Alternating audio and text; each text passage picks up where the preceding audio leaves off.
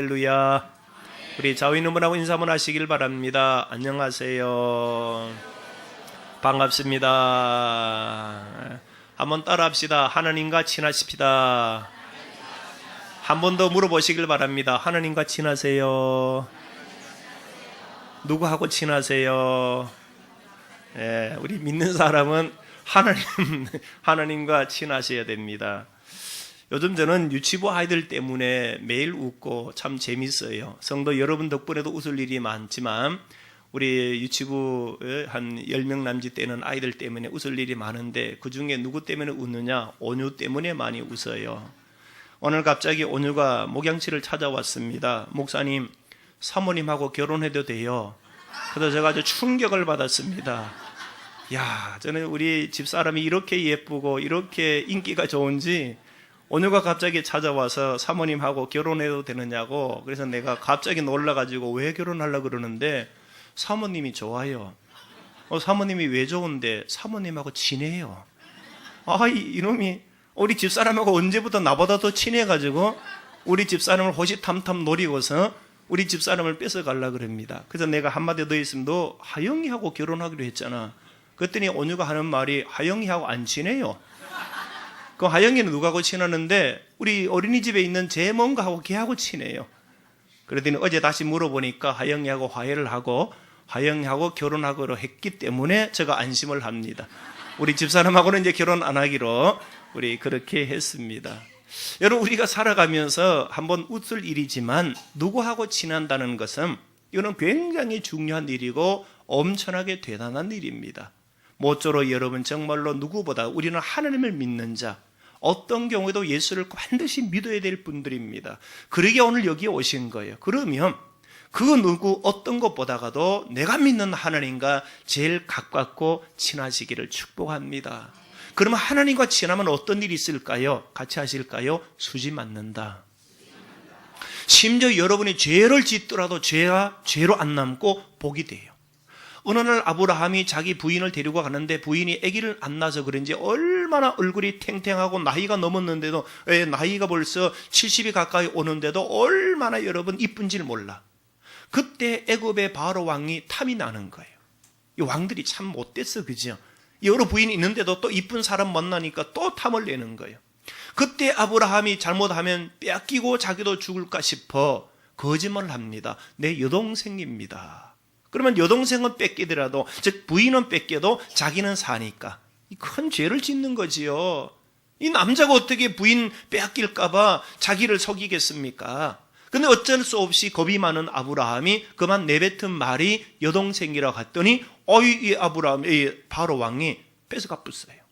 그런데 그날 밤 우리 하나님이 아브라함 편에 들으셔서 하나님이 바로 왕에게 환상으로 나타나 너가 오늘 그 여자를 건들면 너와 너의 나라가 망하리라. 이 신의 한 말씀에, 하나님의 말씀에 바로 왕이 심장이 멈추집니다.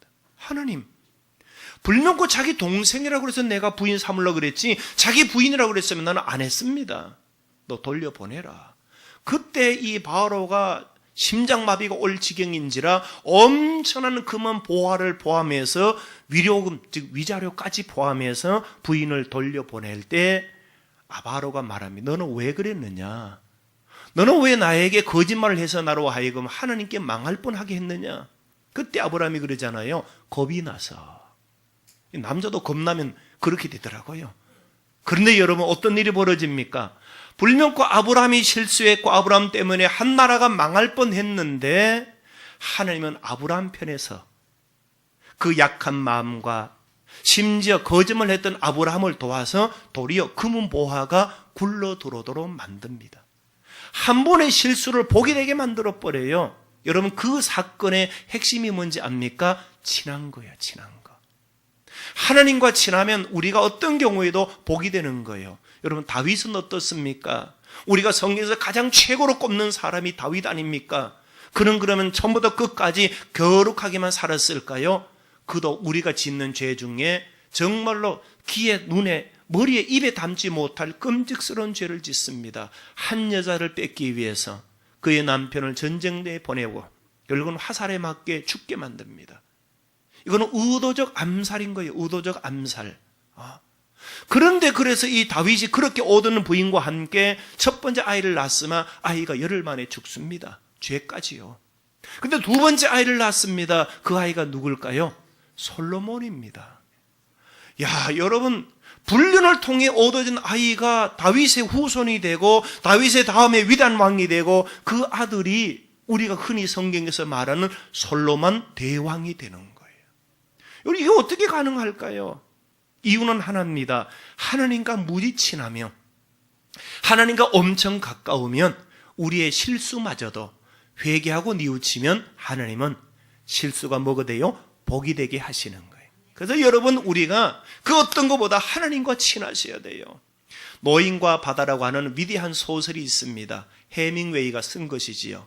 이 해밍웨이는 플로리다 바닷가의 해변의 저택에 삽니다. 3대가 하나님을 믿었던 집안인데 이 아들 해밍웨이는 노벨 평화상을 받았음에도 불구하고 엄청난 저택 속에서 의리의리한 굉장한 유명세를 띠는 것에 비해 그의 마음은 항상 공허합니다. 그의 나이 60이 되었을 때 그가 쓴 자서전에 보면 이렇게 되어 있습니다. 내 인생은 전기가 끊어진 전구와 같고 내 마음은 텅 빈 깡통과 같으며 내 머리는 아무것도 없는 것 같다. 그리고 내 마음은 깜깜하기를 진흙과 같다.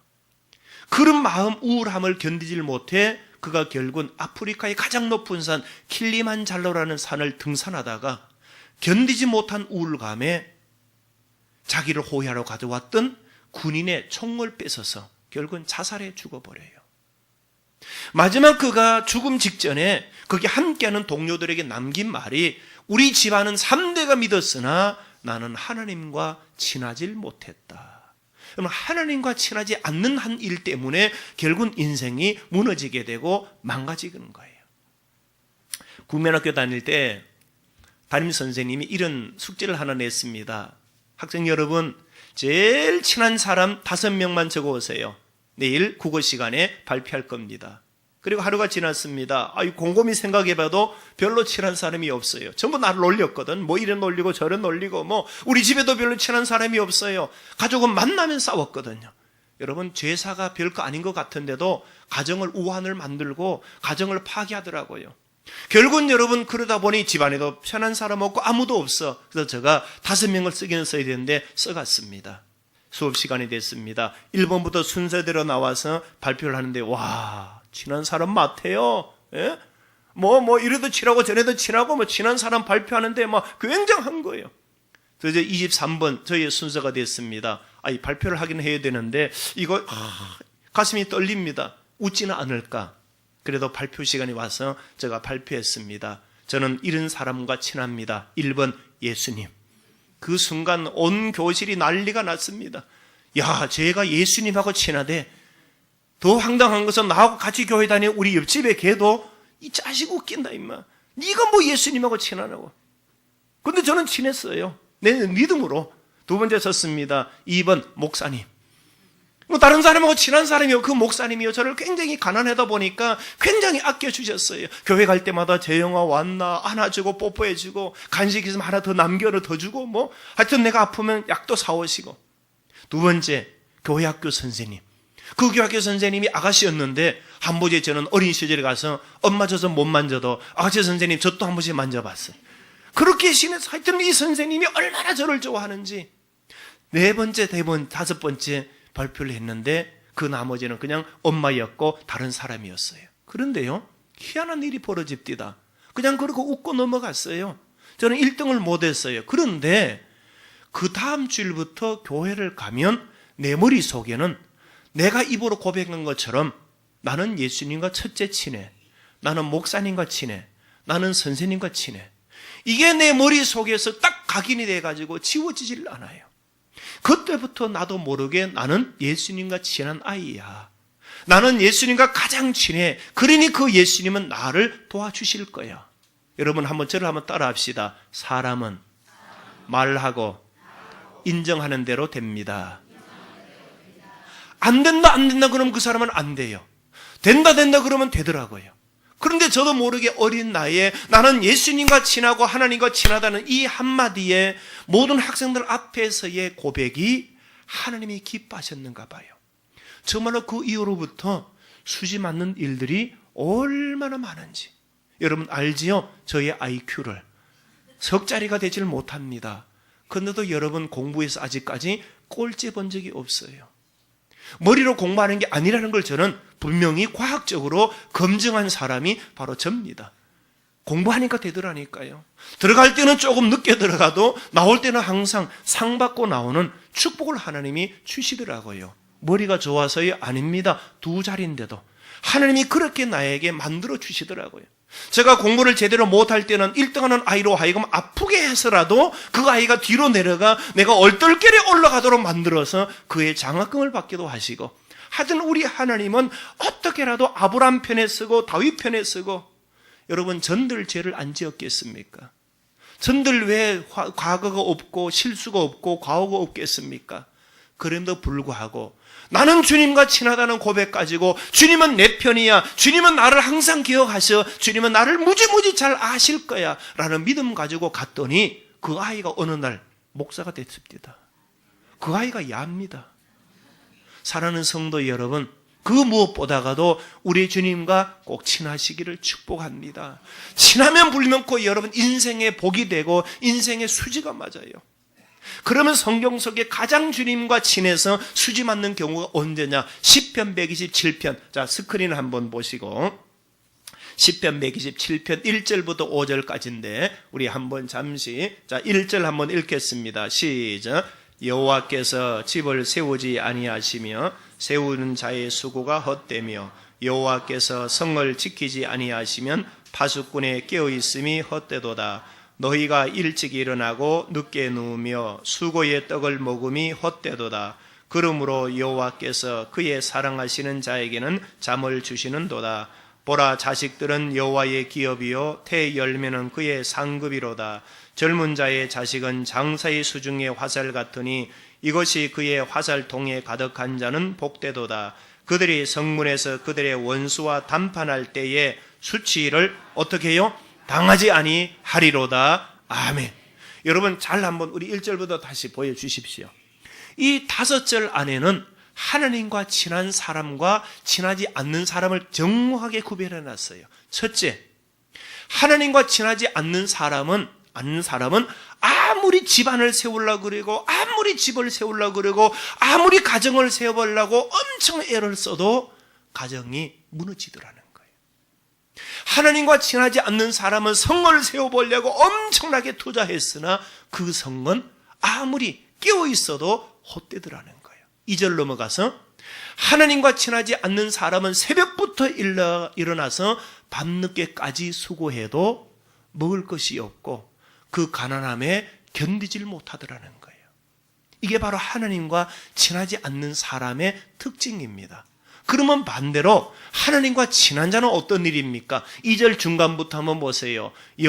그러므로 여호와께서 그의 사랑하는 자에게는 잠을 주시는도다. 이 번역은 이렇게 하면 안 되고 어떻게 되냐면 하나님은 친한 자를 잠자고 있을 때도 모든 것을 지키신다. 할렐루야. 이것이 진짜 히브리어의 진짜 의미입니다. 그러니까 하나님과 친하면 여러분이 잠을 자고 있어도 일이 돼요. 저 북한을 한번 보세요. 아침 새벽부터 일어나 밤늦게까지 일을 하지만 도대체 북한은 가난해서 벗어나지를 못해요. 그 이유가 뭡니까? 하나님과 너무 멀기 때문에. 사랑하는 성도 여러분, 하나님과 친한 자는 잠을 자고 있어도 하나님께서 그 모든 일이 되도록 지키리라 믿습니다. 3절부터 5절까지 내용이 뭡니까? 자식에 대한 축복입니다. 하나님과 친한 부모는 그 자녀가 12명이 되고 그보다 더 많을지라도 하나님은 지키시는 거예요. 야곱은 4명의 부인을 얻어서 자녀가 12명에다가 딸까지 13명입니다. 여러분 자식이 12명 키우자면 한두 명 있어도 힘드는데 저는 이게 자녀 키우는 재능이 없어서 그런지 둘만 있어도 힘들어요. 둘만 있어도. 근데 여러분 12명을 키우려고 그러면 이게 도대체 어떻게 되겠습니까? 기가 막히잖아요. 그런데도 하나님이 그 아버지 야곱과 너무 친하다 보니까 하나님이 12자녀들을 지키는데 이 12 중에 한 명도 잘못되질 않아요. 심지어 형들이 팔아먹으려던 요셉, 그는 벌써 죽어야 마땅하고 노예가 되어야 마땅한데 집 나갔던 팔려갔던 요셉이 세상에 12~15년 뒤에는 한 나라의 국무총리가 됐다고 전보고 옵니다. 여러분의 자녀를 버렸는데 너무 힘들어서 그 아이가 어느 날 우리나라의 국무총리가 돼서 나타날 때의 그 현상, 이게 어떻게 가능합니까? 하나님과 친한 집안, 하나님과 친한 부모에게 주어지는 태의 열매, 여호와의 기업이 되고 태의 열매는 상급이 된다고 하십니다. 할렐루야. 자, 그러면 하나님과 친해지려면 어떻게 될까요? 자, 오늘 본문을 보시길 바랍니다. 8절. 하나님과 친하는 방법 8절입니다. 여호와를 가까이 하라. 그리하면 너희를 어떻게 해요? 가까이 하시리라. 아멘. 저를 한번 보세요. 하나님과 친하는 유일한 방법은 가까워지는 거예요. 여러분, 우리가 친해지려면 가까워지는 거예요. 아무리 형제고 아무리 가족일지라도 멀리 떨어져 있으면 왠지 모르게 멀어져요. 그래서 여러분, 이웃사촌. 우리 교우분들이, 성도들이 그렇게 가깝고 우리가 친하고 좋은 것은 서로 가깝기 때문에, 정말로 자주 만나고 가깝기 때문에 그런 거예요. 여러분, 자주 만나셔야 됩니다. 우리 하나님과도 가까워지면 하나님과 친하게 되고 친해질 때 역사가 일어날 줄로 믿습니다. 그러면 하나님과 가까워지려면 어떻게 될까요? 오늘 본문은 2가지를 말합니다. 첫째, 따라합시다. 하나님은 외모를 보지 않고 마음을 보십니다. 자, 거기 한번 보세요. 자, 8절입니다. 하나님을 가까이 하라. 그리하면 너희를 가까이 하시리라. 죄인들아, 손을 깨끗이 하라. 두 마음을 품은 자들아, 마음을 어떻게 하라고요? 성결하게 하라. 아멘. 아멘. 우리 하나님은 저와 여러분이 어떤 마음을 가지고 있는지를 훤히 보셔요. 사람은 속일 수 있어요. 집사님 사랑해 라고 내가 하지만 집사님은 내 마음을 몰라. 내가 말을 하면서도 내가 조 집사님을 미워하는지 집사님은 몰라. 사람은 사람을 속일 수 있어도 절대 사람은 하나님을 속일 수는 없습니다. 그만큼 우리 하나님은 우리 마음을 훤히 꿰뚫어 보는 거예요. 오늘 여러분 기도하는데 그 기도의 의도가 무엇인지를 하나님은 아세요. 오늘 이렇게 예배드리는 여러분의 예배의 의도를 하나님은 다 아시는 거예요. 여러분이 찬양하는데 그 찬양의 의도를 우리 하나님은 다 아신다, 이 말입니다. 그러므로 우리가 무엇보다가도 오직 그 하나님과 더 깊이 가까워지시되 오늘 본문에 경고하기를 두 마음 같이 말하는 거예요. 이런 마음 저런 마음, 어떤 분들은요 세 마음이 있는 분들이 있어요. 오직 우리는 믿는 자로서 하나님만 사랑하시고 하나님만 믿기를 축원합니다. 하나님 외에 다른 것을 믿으려 하지 마시고 오직 마음속에 마음을 정결하게 하고 나는 당신밖에 없어요, 나는 너밖에 몰라 라고 하듯이 자기야 나는 당신밖에 몰라 하는 고백처럼 오직 우리는 하나님만 사랑하기를 축복합니다. 자, 주보를 한번 보시길 바랍니다. 금주의 암송 구절 신명기 11장 1절입니다. 그런즉 내 하나님 여호와를 어떻게 해요? 사랑하여 그가 주신 책무와 법도와 규례와 명령을 항상 지키라. 오직 하나님만을 사랑하는 여러분 되시고 오직 하나님만 바라보는 여러분 꼭 되시기를 축원합니다. 정말로 우리의 마음이 정결하고 우리 마음이 깨끗할 때 하나님은 나와 가까워지게 되고 하나님과 친하게 될 때 놀라운 역사가 나타나게 되는 것이지요. 어떤 분이 꿈속에서 천국을 갔어요. 그리고 천국 갔더니만 예수님이 오시더니 큰 책을 하나 펼치시는 거예요. 예수님, 그게 무슨 책이에요? 이거는 너가 평생 인생 살아오면서 너가 살아왔던 모든 행적을 기록한 책이다. 아유, 그래요? 한번 봐도 될까요? 보거라. 그리고 책을 받아서 책을 겉장을 펼쳤더니만 첫 번째 장이 작은 글씨가 빽빽하게 써 있어요. 가만 보니까 잘 모르겠어요. 예수님께 물었습니다. 첫째 이 글씨가 뭡니까? 그거는 너가 행동으로 지은 죄란다. 깜짝 놀랐어요. 자기가 일생 살아오면서 행동으로 지은 죄가 한 장에 가득히 차 있어요. 그도 넘겼습니다. 두 번째 장을 보니까 첫 번째 장보다 글씨가 더 작아요. 정말로 깨알간 글씨로 빡빡하게 써 있는데 물었습니다. 예수님, 이거는 무엇일까요? 그거는 너가 바로 말로 지은 죄란다. 와, 세상 행동으로 지은 죄보다 말로 지은 죄가 더 많은 거예요. 깜짝 놀랐습니다. 와, 내가 이렇게 죄를 많이 지었나? 세 번째 장을 또 넘겼습니다. 이번에는 첫 번째, 두 번째보다 더 작은 글씨로 있는데 도무지 돋보기 없이는 볼 수도 없을 정도로 예수님에게 물었습니다. 주님, 이 세 번째 장은 뭔가요? 이거는 너가 생각으로 지은 죄란다. 와, 이분이요, 심장이 두근두근 거리는데 꿈속이지만 심장이 떨어질 뻔한 거예요. 자기가 머릿속으로 생각이 지은 죄가 전부 기록이 되어 있고 이렇게 많을 줄 알고 이제는 손이 떨립니다. 네 번째 장을 넘기면 또 무슨 죄가 있을까? 그래도 넘겨보았더니 네 번째 장은 글씨가 아니고 아주 새카만 잉크가 뿌려져 있는데 네 번째 장 완전히 새카만 거예요. 글씨가 하나도 없어요. 물었습니다. 예수님, 이것도 나의 죄지요? 그랬더니 주님이 하는 말, 아니야. 이거는 너의 마음이란다.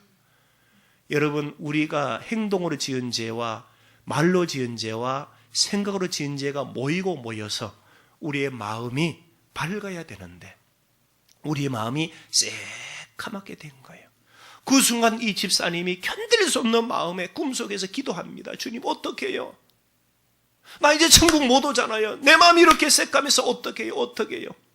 막 울고 있을 때 우리 주님이 걱정하지 마.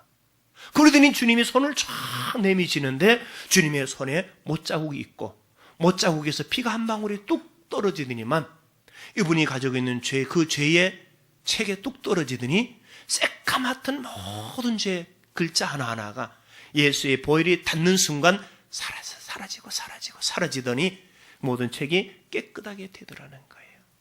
사랑하는 성도 여러분, 오직 우리가 사람인지라 실수할 때도 많고 죄가 질 때가 많습니다. 그럴지라도 오직 주님의 보혈의 은혜를 힘입어서 깨끗한 삶을 살아가기를 축복합니다. 여러분, 빵을 구우면 그 집은 빵집이 되잖아요. 그 집이 술을 팔면 술집이 되잖아요. 그 집에서 노래를 하면요, 노래방이 되잖아요. 그런데 그 집에서 찬송을 하고 예배를 하면 그곳이 성전이 되는 것입니다. 우리의 마음도 마찬가지입니다. 내 마음속에 음란이 가득하면 그는 성폭행자가 됩니다. 내 마음속에 탐심이 가득하면 도덕과 강도가 됩니다. 하지만 내 마음속에 예수 그리스도가 가득하여서 오직 내가 주님과 친하면 우리의 몸은 성전이 되고 우리는 주님의 자녀가 되는 줄로 믿습니다. 오늘 말씀처럼 두 마음을 품지 말고 마음을 성결하게 그럽니다. 마음이 성결해지면 우리 주님과 가까워지게 되고 예수님과 하나님과 모두 친하여 우리 주님은 놀란 복을 주시리라 믿습니다. 예수님이 땅에 오셔서 살았던 3년의 공생애라고 그러는데 이 기간 속에 특징적인 것이 몇 가지가 있습니다. 예수님은 아무나 사귀질 않았다라는 거예요. 하나님은 가까이 할 사람과 멀리 사람을 구별했다라는 거예요. 특별히 바리새인과 서기관과 사두개인 같은 그 당시 난다 긴다 하는 종교의 지도자들은 다 멀리 있었어요. 그럼 왜 예수님은 왜 그 사람들을 구원시키질 않으시고 멀리 했을까요? 그들의 마음은 가식적이었기 때문에.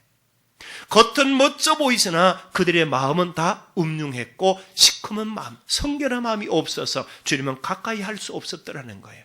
하지만 세리라든지 죄인들이라든지 병자라든지 가난한 사람들, 어렵게 사는 사람은 예수님의 모두 다 친구가 되셨고 그 예수님이 친구했던 모든 사람, 가까운 사람들 중에 특별히 가버나움이라는 동네와 베단이라는 동네는 가장 기적이 많은 동네였습니다.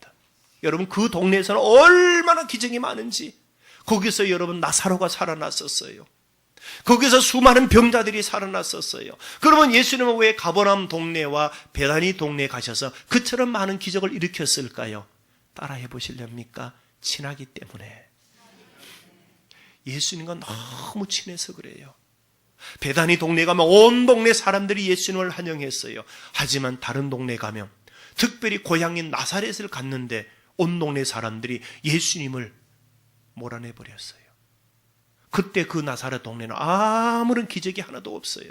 결국 병든 사람이 죽어가게 되고 할 수 없이 이 양반들이 몰래 가버나움 동네까지 숨어서 와서 자기가 나사렛 사람이라 안 걸 숨기고서야 병이 고쳐지는 해프닝도 일어나더라는 거예요. 말씀을 맺어 나아갑니다. 사랑하는 성도 여러분, 이 땅의 그 누구보다가도 가장 예수님과 하나님과 친한 성도 되기를 축복합니다. 우리 마지막 인사 한번 하시길 바랍니다. 옆에 분과 인사 한번 하세요. 하나님과 친하세요. 예수님과 친하세요. 그럼요. 예수님과 친하게 살아가는 것, 하나님과 친하게 살아가는 것. 그러면 하나님과 가까이 하는 방법은 마음을 정결하게 하는 것.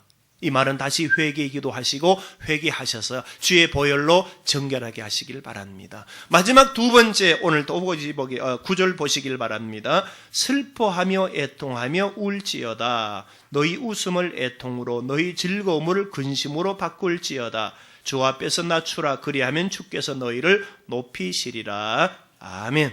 여러분, 슬퍼하고 애통하고 울라는 말이 무슨 뜻입니까? 기도하라는 뜻입니다. 기도하라는 뜻.